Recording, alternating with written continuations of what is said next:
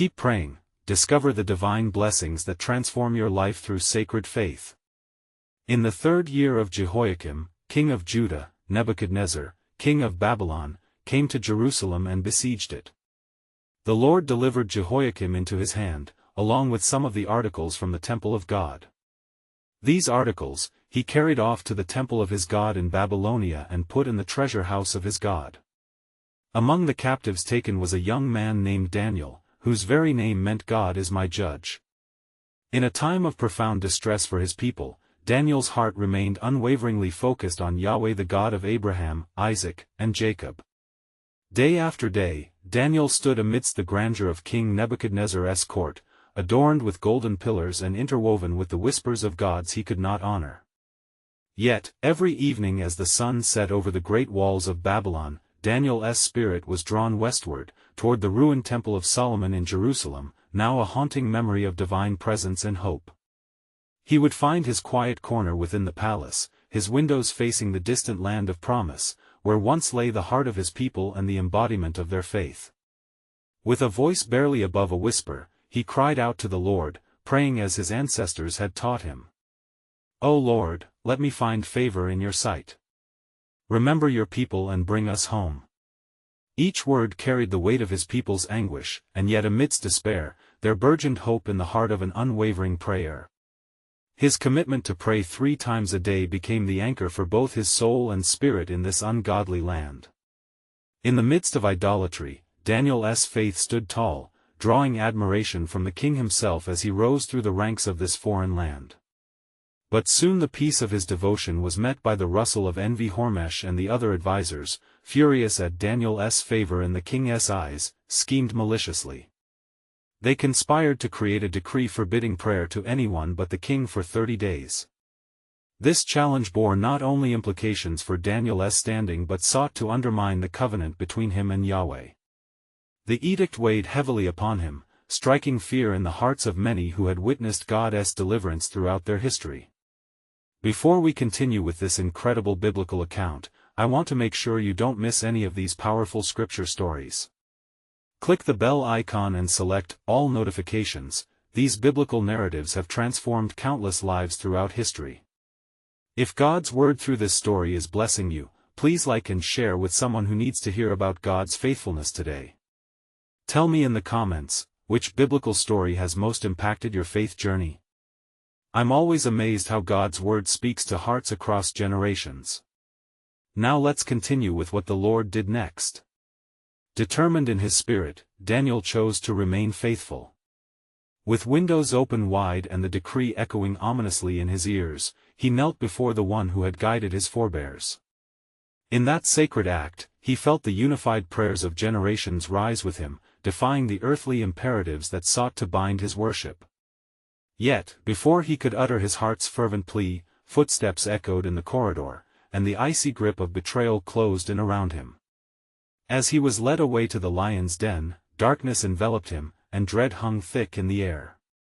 Yet within, hope glimmered faintly as he recalled God's covenant, a promise he had not forgotten.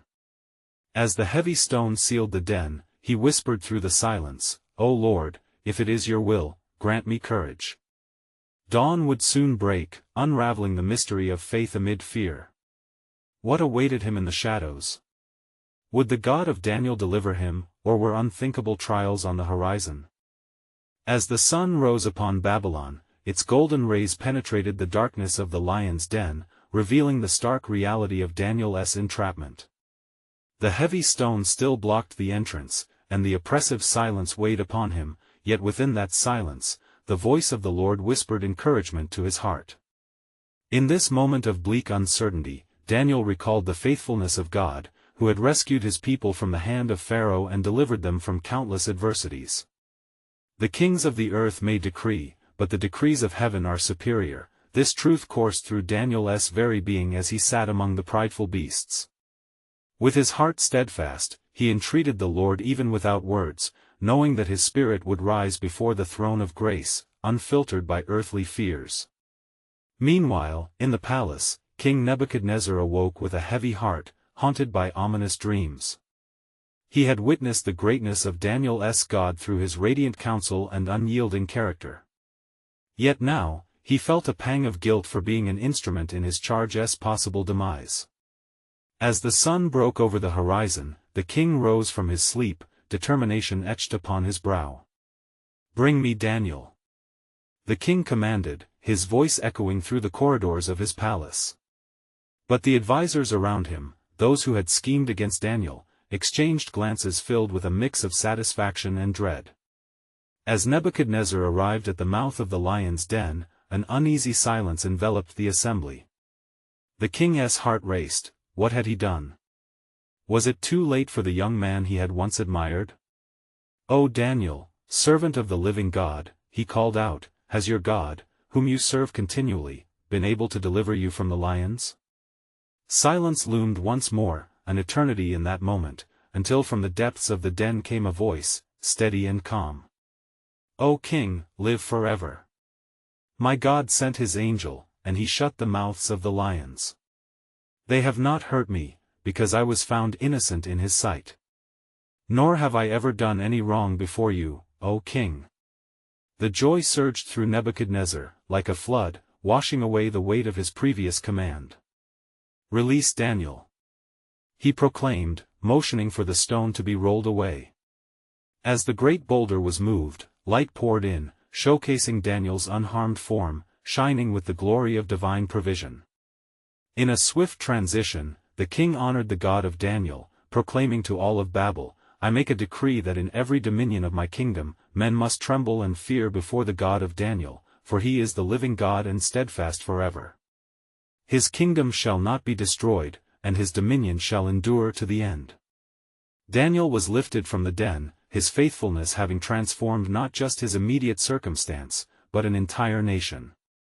For those who had conspired against him were met with the very justice they sought to impose. The God who watches over his faithful had surely risen in glory, and his plan was as vast as the heavens. Through these trials, the hearts of the people began to shift, and the recognition that there is but one true God echoed through the land. In that moment of fear turned to reverence, the foundations of Babylon trembled, not from the force of men, but by the Almighty's will, for he was orchestrating a tapestry far beyond the gaze of the prideful king. Yet deep within Daniel's heart, questions lingered. What more would the sovereign God reveal? What awaited his people in the coming days under Babylonian rule? As the sun set once more, casting shadows of mystery, a new chapter loomed on the horizon. Would the faith of one man, steadfast in prayer, continue to yield the fruits of God's divine sovereignty? As the echoes of the king's decree reverberated through the streets of Babylon, a wave of awe swept over the people. Many had witnessed the miraculous deliverance of Daniel, for there was a palpable shift in the air, a stirring of faith where fear had once reigned. Yet as the people marveled and praised the God of Daniel, a shadow loomed over the city, for the cunning schemers who sought Daniel's downfall still dwelled within the palace. King Nebuchadnezzar, though relieved and emboldened, contemplated the events that had transpired. His heart ached for understanding. Was the God of Daniel merely a spectator, or was he shaping destinies in a way that transcended human folly? Mulling over this revelation, he resolved to seek counsel, not from the wise men of Babylon, but directly from the God who had proven himself mighty through Daniel. "Gather the elders," Nebuchadnezzar commanded the royal court, determination stirring in his voice.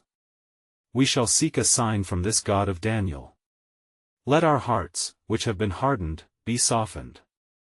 Let us discover what he desires of us." As the sun set in hues of gold and crimson, the elders gathered, their eyes wide with hesitation and wonder. They were to offer sacrifices and seek divine guidance, declaring, "O God of Daniel, reveal thyself to us, show us the paths we must walk in righteousness." In that sacred moment, Daniel returned to the palace, still radiant from his experience in the lion's den. The king motioned for him to approach, his eyes glistening with admiration. "O Daniel, man greatly beloved, what must we do to honor the God who has delivered you? How do we ensure his favor upon our kingdom?" Daniel's heart brimmed with the solemn weight of responsibility. "O king, the way to honor the Lord is through humility and repentance. Acknowledge his sovereignty, serve him wholeheartedly, and turn away from wickedness. For the true worship of God cannot be captured by mere decrees, it must be reflected in the hearts of the people. The king, his brow furrowed, listened intently. But how shall we guide this people who have long followed their own desires? Teach them the commandments of the Lord, Daniel replied. For he is a God of justice and mercy. Share his stories, the tales of deliverance, for they bear witness of his power. Let the people know that true greatness is found not in dominion over others, but in submission to the Almighty. Nodding, the king felt an unshakable resolve rise within him. So it shall be, Daniel. Let our first act be of fasting and prayer that our hearts align with his will. We shall bind ourselves anew to the path of righteousness. As the night deepened, a profound sense of expectancy enveloped Babylon. The people, called to gather, assembled like a great multitude before the palace. They raised their voices in unity, crying out for mercy and guidance, saying, O God of Daniel, let your will be done amongst us. In the midst of their supplication, a great stillness fell upon the gathered crowd. And within that silence, God stirred the hearts of men. The eyes of the spiritually blind began to open, and hope flickered like a candle in the darkness. Yet amidst this awakening, the adversaries of Daniel silently conspired, dark clouds forming on the horizon. They whispered among themselves, plotting for a return to power through deceit. For they could not bear to see the name of God exalted, and their anger began to boil like a cauldron. Unbeknownst to Nebuchadnezzar, who sought to uplift the God of Daniel, the remnants of this opposition clung to their schemes, vowing that the light which broke upon Babylon through Daniel's deliverance would be dimmed. The tide of faith was rising, but dark waters still threatened to overcome. In the heart of Daniel, as he prayed fervently for his people, the whisper of God became clearer, Fear not, for I have plans for you. Trust in me, for I am your refuge. I shall reveal great wonders, but the road shall not be without trials. As dawn approached, casting fragile rays of light across the trembling city, Daniel's spirit stirred with anticipation. What perilous fate awaited them? What was to become of the nation, trembling on the cusp of revival?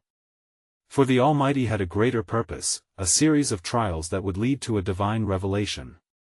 As the people gathered in prayer, the sovereign plan of God prepared to unfold like a scroll, yet its full comprehension lay shrouded in divine mystery. Would the faith of the believers withstand the tests to come? What further wonders awaited in this unfolding chapter of history? As dawn's light bathed Babylon in a gentle glow, the murmurs of expectation filled the air, yet beneath the surface, tension brewed. The schemers, emboldened by their hatred, lurked in the shadows.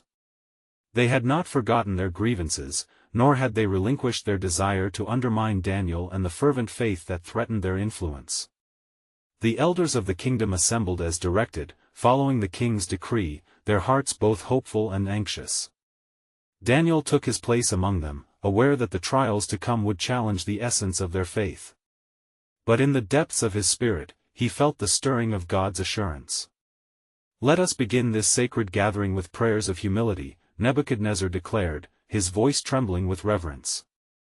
The people, moved by the king's sincerity, bowed their heads, their hearts aligning with the heart of God.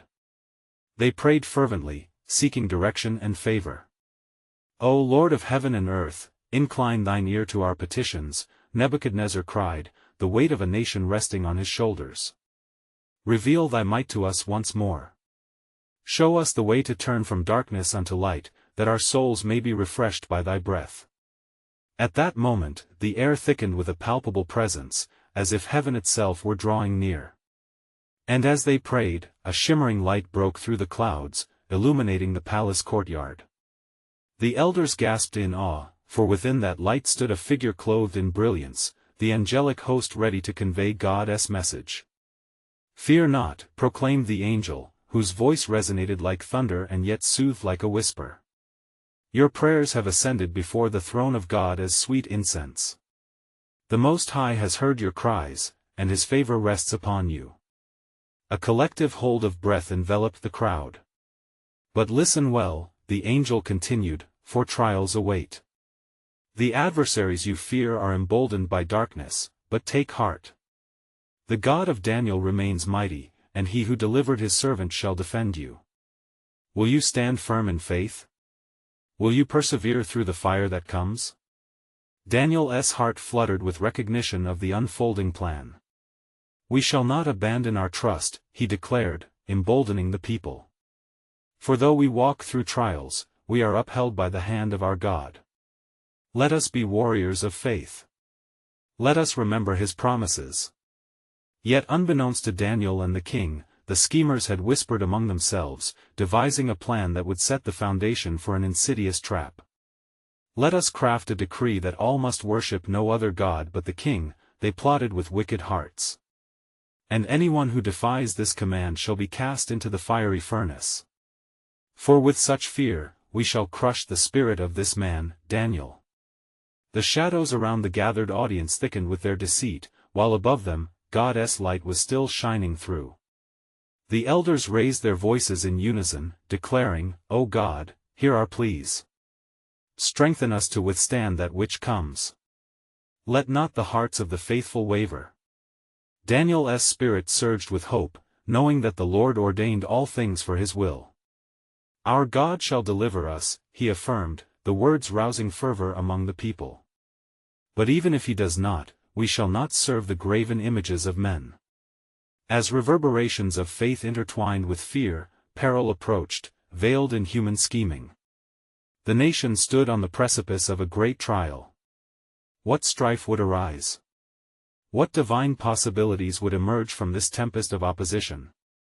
In the stillness before the storm, God continued to weave his sovereign will, and Daniel sensed that something monumental was about to be unveiled. The threads of destiny were being drawn tighter, leading to a revelation that would echo across the ages. For in the face of darkness, when faith clung even tighter, the true glory of God would be made manifest. What would be birthed from this crucible of fire? What divine blessing lay nestled within the trials ahead? As the sun ascended higher, a promise lingered in the air, a divine hook, compelling the hearts of all to seek his face in fervent expectation.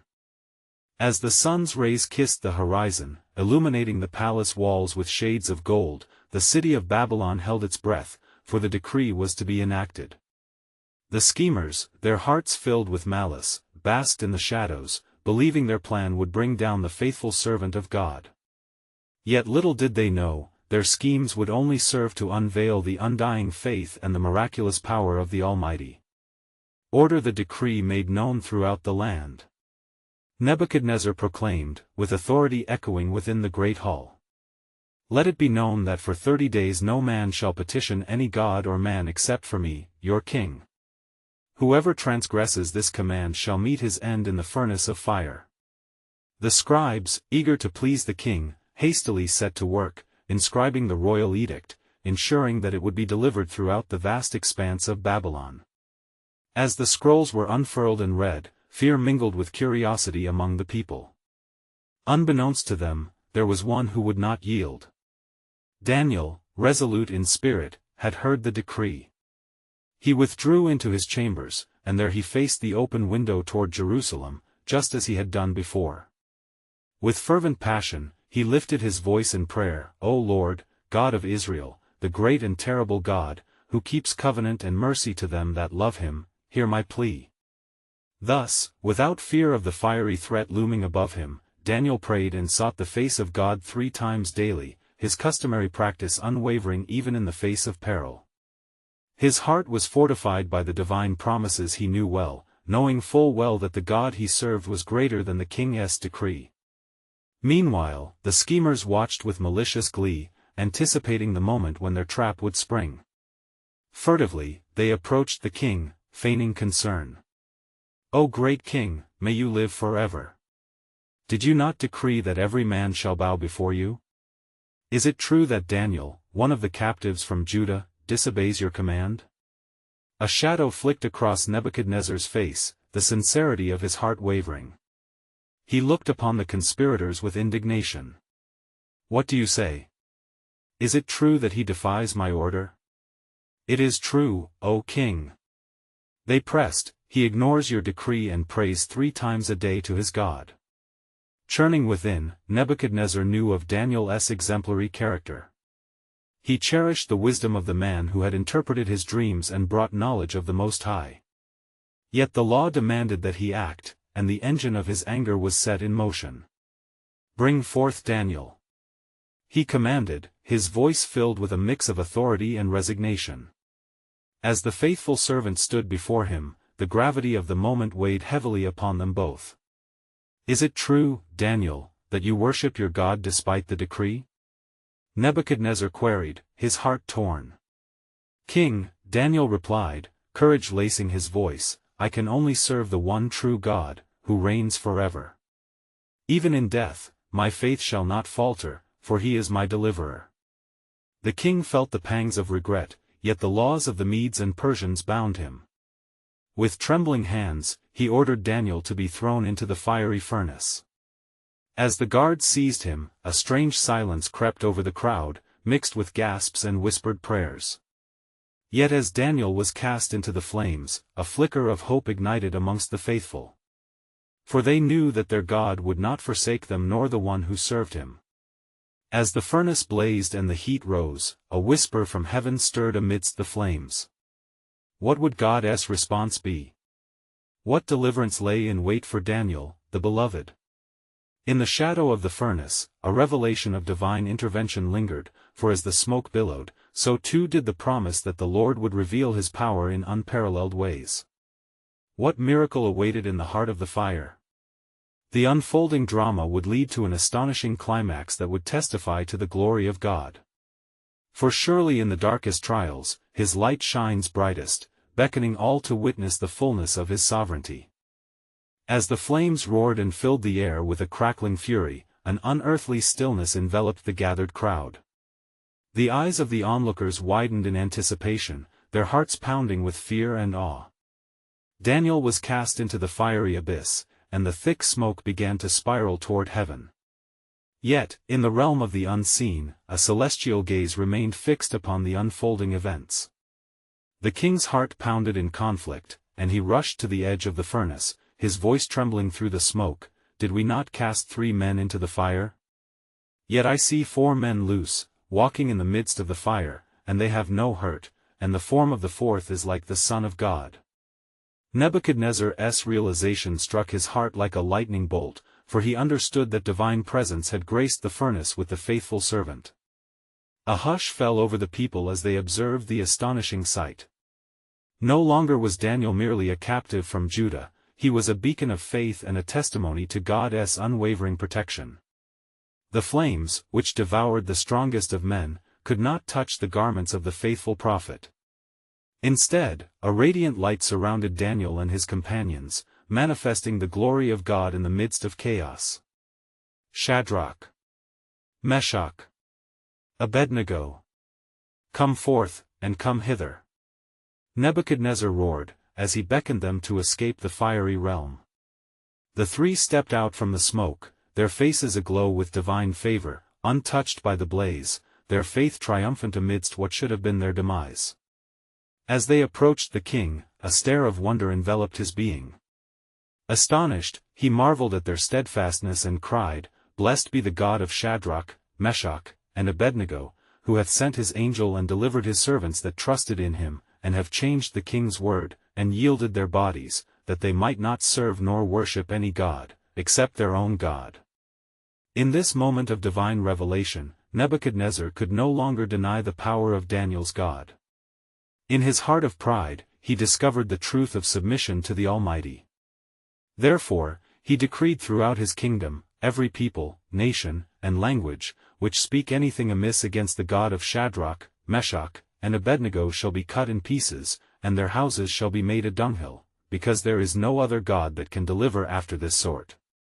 Thus, the Most High God, who delivers from trials, received praise from the lips of the king, and all Babylon trembled in awe at the works of the Lord. Daniel, once on the verge of death, was exalted to a place of honor, and the faith of the captives became a foundation on which many would come to know the living God. Yet amid the celebrations and newfound reverence, a stirring remained within God's great tapestry. As new ripples of faith began to surface through the land, the horizon shimmered with the reflection of a larger plan, one that would transcend kingdoms and time, where the faithfulness of a few would bear fruit in a harvest of divine encounter. But what the king and the crowd did not yet comprehend was the depth of God's sovereignty, for this was but a prelude to a greater declaration that would rise out of the ashes of fiery trials.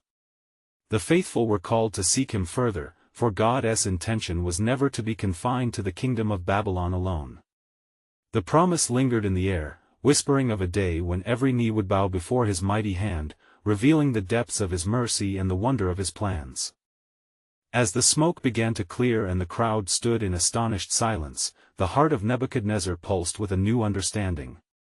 No longer was he simply a conqueror of nations, he had encountered the living God through the unwavering faith of his servants. The proclamation made from his throne echoed firm in the ears of the multitude, "Therefore I make a decree, that every people, nation, and language which speak anything amiss against the God of Shadrach, Meshach, and Abednego shall be cut in pieces." In the aftermath of the fiery ordeal, the people returned to their tasks, yet their hearts were not the same.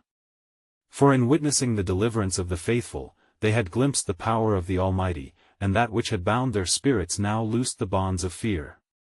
A reverence began to stir among the inhabitants of Babylon, as whispers traveled far and wide of the God who saved from the flames. Amidst this, Daniel found himself summoned before the king for counsel. "O Daniel, you marvel me," Nebuchadnezzar exclaimed. "Your God is a God of gods, and a Lord of kings, and a revealer of secrets." As they conversed, wisdom flowed from Daniel like rivers of water, for he was filled with the Spirit of the Most High. The king was moved, recognizing the truth of Daniel's words, and his heart warmed to the wisdom of the Lord. However, in the shadows of the palace, a council of princes watched with bitterness in their hearts. They conspired against Daniel, renewing their contempt, for they could not bear the power this captive had wielded. "This Daniel," they muttered, "who has gained the favor of the king, must be brought low. Let us craft a plan that will undo him." Thus they devised their scheme. "Let us establish a decree that for 30 days, no man shall pray to any god or man, except to the king himself. And whoever disobeys shall be cast into the den of lions." Their hearts rejoiced, for they thought they had entrapped Daniel, but they did not understand the resolve of his faith. When Daniel learned of the decree, he returned home, as was his custom, and knelt upon his knees 3 times a day, praying and giving thanks before his God. His windows were open toward Jerusalem, and he would not falter. There he prayed, for he knew that the Lord is faithful and watches over his word. The conspirators quickly reported to the king, "O king, live forever. Daniel, who is of the children of the captivity of Judah, pays no regard to thee, nor to the decree that thou hast signed, but makes his petition 3 times a day." Nebuchadnezzar's heart sank, for he did not wish to harm his trusted adviser, yet the law could not be ignored. In the palace, an inner conflict raged in the king's mind. "I have exalted him," he thought. "What must I do?" Though his heart was heavy, he was bound by the very law he had signed. "Bring him forth," the king commanded, his voice tight with regret. As Daniel stood before the king, his countenance remained steadfast. "O king, I am not afraid, for my God is with me." Those words lingered in the air, a declaration of faith that pierced the heart of the king. The clouds over Babylon thickened, revealing the storm that lay ahead, for the faith of one man could alter the very course of a kingdom. And as the king ordered Daniel to be cast into the den of lions, the tension escalated, and the divine plan began to unfurl in the heavens. The unseen realm watched, for this was merely a chapter in a far grander narrative, a story of deliverance and divine revelation that would echo through generations.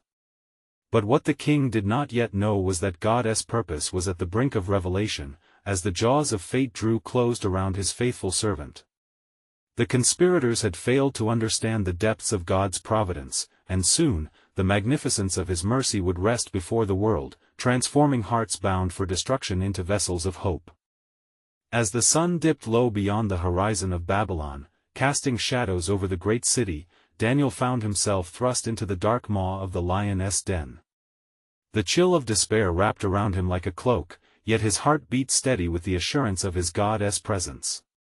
He had not imagined such treachery would unfold, but even in this moment of peril, the Spirit of the Lord enveloped him, illuminating the darkness surrounding him. The king, filled with sorrow, could not shake the weight of his decree. He paced in his royal chamber, his heart torn asunder. Is there no way to save him? He lamented, fearing the consequences of his actions. The man who serves the living God, the God of Daniel, is condemned by my own edict. As night fell, the wailing winds carried Daniel's prayers upward, rising like incense into the heavens. O God of Israel, he whispered, I seek your deliverance and trust in your mighty hand. In that den of lions, as the growls echoed around him, faith fortified his spirit, and he clung tightly to the promises of the Almighty. The lions, fierce and hungry, circled him, their eyes aflame with instinctual wrath. Yet, when they approached him, they were met not with Daniel's terror but with a calm assurance. The breath of the Lord silenced the growls, and angels stood watch over him, their presence bringing peace amidst impending doom. What the conspirators had intended for harm, God had transformed into a moment of divine intervention. Meanwhile, the dawn broke, hesitantly casting its first light upon the slumbering city. King Nebuchadnezzar could not bear the weight of uncertainty any longer. With the break of day, he hurried to the den, dread filled his heart, and his voice trembled, Daniel, servant of the living God. Is your God, whom you serve continually, able to deliver you from the lions?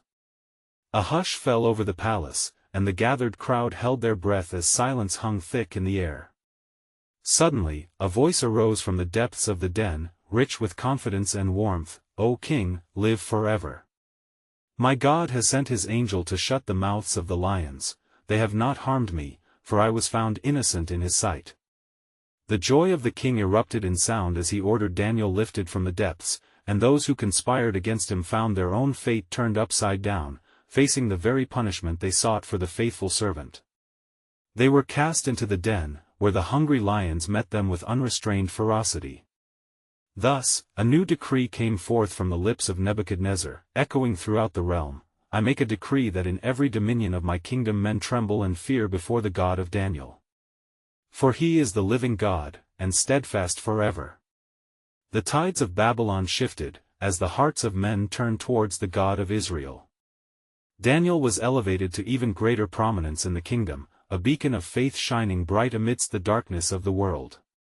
For in this, the narrative weaves a powerful truth, revealing that God's hand is never too short to save and that the prayers of the faithful ascend like incense unto him, transforming despair into hope, and trials into triumphs.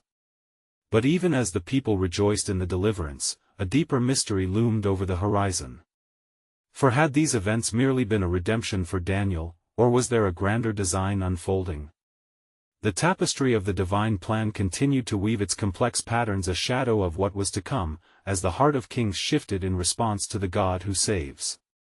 As the sunlight poured into the court of Babylon, illuminating its magnificent columns and vibrant tapestries, King Nebuchadnezzar rejoiced in the miraculous deliverance of Daniel.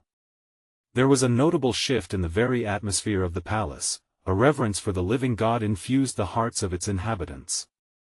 The king, now resolute, began to gather his nobles and advisers. Let us come together, he declared, to praise the God who has shown us such wonders. In the temple of Bel, as the priests offered their adulations to false gods, silence fell among the worshippers. Whispers rippled through the crowd about Daniel's encounter with the lions, and fear began to seed within their hearts. What power is this that silences lions? They murmured, dread creeping upon them. Meanwhile, in the waning sunlight of the court, Daniel, filled with a profound sense of peace, returned to his chambers. He knelt, gratitude flooding his soul, and offered fervent prayers not only for his own deliverance but also for the kingdom that had witnessed the majesty of the one true God. His heart echoed with the ancient promise, I will never leave you nor forsake you. Yet, unbeknownst to Daniel, there was a stirring far beyond the walls of Babylon. In the realm of Persia, a new power was rising. Darius, the Mede, ambitious and astute, prepared to claim authority over the vast territories. As the tides of empires shifted, so too did the hearts intent on worshipping the God of Israel. A hunger for truth grew restless in the heart of Darius. As Daniel continued to serve, deleterious forces conspired against the faithful servant. Other governors and officials, consumed with envy, sought to subvert Daniel's influence. How can we bring him down? They plotted amongst themselves, fearing his unwavering obedience and loyalty to his God. They devised a scheme, targeting Daniel's devotion, understanding that a decree forbidding prayer to any god but Darius would ensnare him. Thus, the edict came forth, commanding all to bow before the king. Signed and sealed, it echoed a weight of authority that struck fear into the hearts of many. Yet, with the decree blazing across the kingdom, Daniel remained undeterred. He returned to his home and knelt by his window, just as he had done before, praying to the God of Israel, unashamed and full of faith. Unbeknownst to him, the conspirators watched intently, eyes gleaming with malice as they spied him communing with the Almighty. "We have caught him," they relished in their triumph. They rushed to present their evidence to Darius. "O king, have you not signed a decree that any man who prays to any god besides you will be cast into the den of lions?" Darius, caught in the snare of his own decree, realized too late the error of his heart. "The God of Daniel shall be punished?" He gasped, anguish washing over him. "Surely, I did not intend this outcome yet. The law of the Medes and Persians, immutable and binding, could not be rescinded." As the sun set that day, Daniel was led once again toward a fate that beckoned darkness, yet beyond it lay the hands of an undefeated God. The faith he held was no fleeting sentiment, it was the lifeblood that coursed through the ages. And so, as the lioness den awaited again, a mystery unfolded. Was this yet another moment of deliverance, or was God charting a course through trials that would echo beyond the halls of Babylon to the very ends of the earth? The heart of the divine plan began to unveil, whispering promises of hope that would surpass even the darkest of nights. As the dawn broke over Babylon, a hushed anticipation filled the air. The decree had been sealed, yet even in the shadow of the lioness den, the presence of the Almighty enveloped Daniel, assuring him of his steadfast love. The king, though bound by law, wore a frown of regret as he faced the consequences of his decree. How could such a dire fate befall a man who served the living God? With heavy footsteps, Darius approached the den, his heart weighed down by turmoil. The fear in the eyes of those gathered told the story of a kingdom besieged by uncertainty. "Daniel!" he called, his voice trembling with a mix of hope and despair. "Has your God, whom you serve continually, been able to deliver you from the lions?" As silence enveloped the moment, hearts raced with anticipation. Suddenly, a voice broke through the stillness, rich with faith and certainty. "O King, live forever. My God has sent his angel and shut the lions' mouths, that they have not hurt me, for as you know, I am innocent before him, and before you, O King, I have done no wrong." Relief washed over Darius like a tide, his spirit lifted by the miraculous testimony of Daniel. "Bring him forth," he commanded, and as the Prince of Israel emerged unscathed, a proclamation blossomed within his heart. The very God who silenced the mouths of lions would be honored among the nations. "Let it be known throughout my kingdom," Darius declared, as joy mingled with reverence in his voice, "that all are to tremble and fear before the God of Daniel. For he is the living God, and his kingdom shall never be destroyed. His dominion shall endure to the end." In this sacred moment, a transformation swept across Babylon. No longer merely a kingdom of cruelty and confusion, it became a beacon for the true God, who revealed himself through the faith of his servant. The conspirators who sought Daniel's demise met their end, for they were cast into the very den from which Daniel had been delivered. The lions, once withheld by divine power, now claimed their prey. As the shouts of praise echoed through the streets, Daniel's heart swelled with gratitude.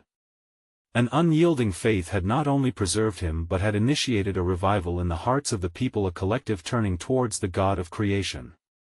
But the story was not yet complete.